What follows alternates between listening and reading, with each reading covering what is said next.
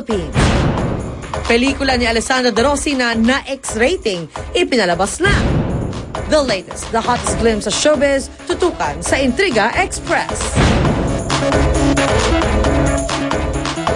Alright, yes. Good morning. Good morning, Kuya Lars. Good morning po sa inyong lahat, mga kapuso. Wherever you are, saan man kayong panig ng mundo naroon, good morning sa inyong lahat. Umaga. Mga nanonood ng GMA Pinoy TV, lalong-lalo na. Yes, at syempre, Kuya Lars, first time kong maghahatid ng chika with you. Ayan, at syempre, heto, ang nangungunang intriga para raw sa mga sanay sa challenges at kayang-kayang mag-move on. Tulad ni Richard Gutierrez na naghahanda na para sa Survivor Philippines. Mas tumitindi pa raw ang excitement ng bagong host ng Survivor Philippines dahil papalapit na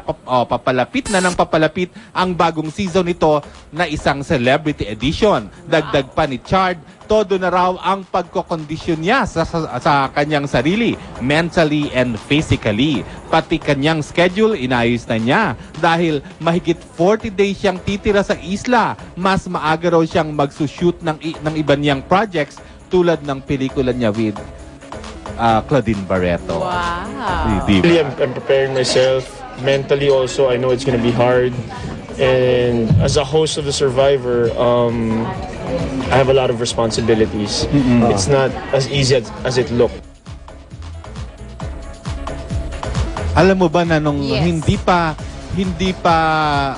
kinukuhang host si Richard sa Survivor, kasi nung ginagawa niya yung Planet Philippines, yung iba mga kasama niya doon, yung mga crew, yung staff din ng Survivor. So tanong siya ng tanong tungkol sa Survivor kasi gustong-gusto pala niyang makasali sa Survivor. Makasali, hindi bilang niya, host. Oo, gusto niya talagang, kasi ini-imagine niya raw yung buhay kasi hilig niya talaga yung mga outdoor challenges kasi bata pa siya.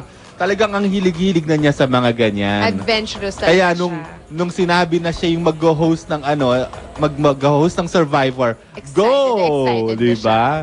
Anyway, tungo naman tayo sa ating second intriga. Pelikula ni Alessandra De Rossi na napabalitang nabigyan ng X-rating, ipinalabas na.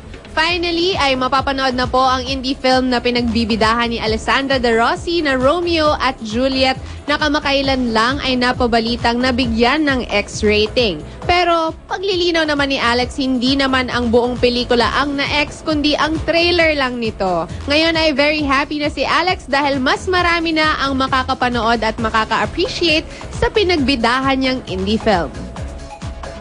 Naman kasi siya talaga dapat i-X-rated, no? Ang X-rated lang yung trailer dahil kita yung likod. Pero yun lang, pag pinadumi the whole movie, I don't think may makikita kang ka-XX. Ako pa, hello, kissing scene lang tinatakbuhan ko.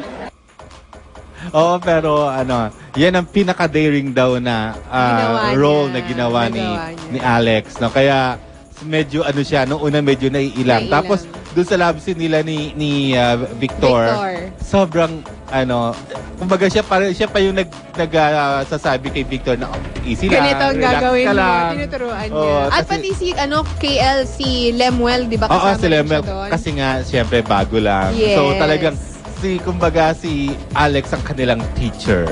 Di ba? Guro. Yun, palabas na ang Romeo at Juliet under the direction of Adolf Alex. Yes.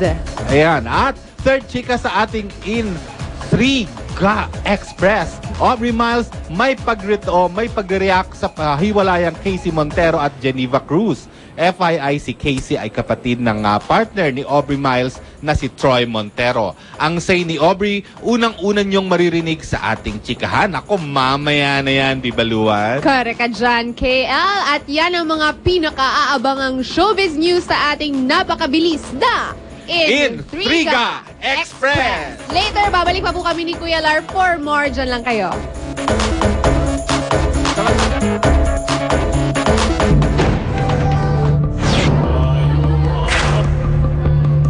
Halos 2 buwan bago ang automated elections, naging maugong na usapin ang failure of elections.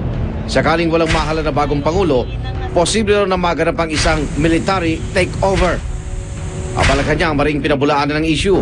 Inudyukan rin nito ang COMELEC na sampahan ng kaso ang sinumang nagkakalat ng nasabing balita. Ano nga ba ang kainatnan ng bansa sakaling magkaroon ng failure of elections? Ito ang ating tatalakayin ngayon.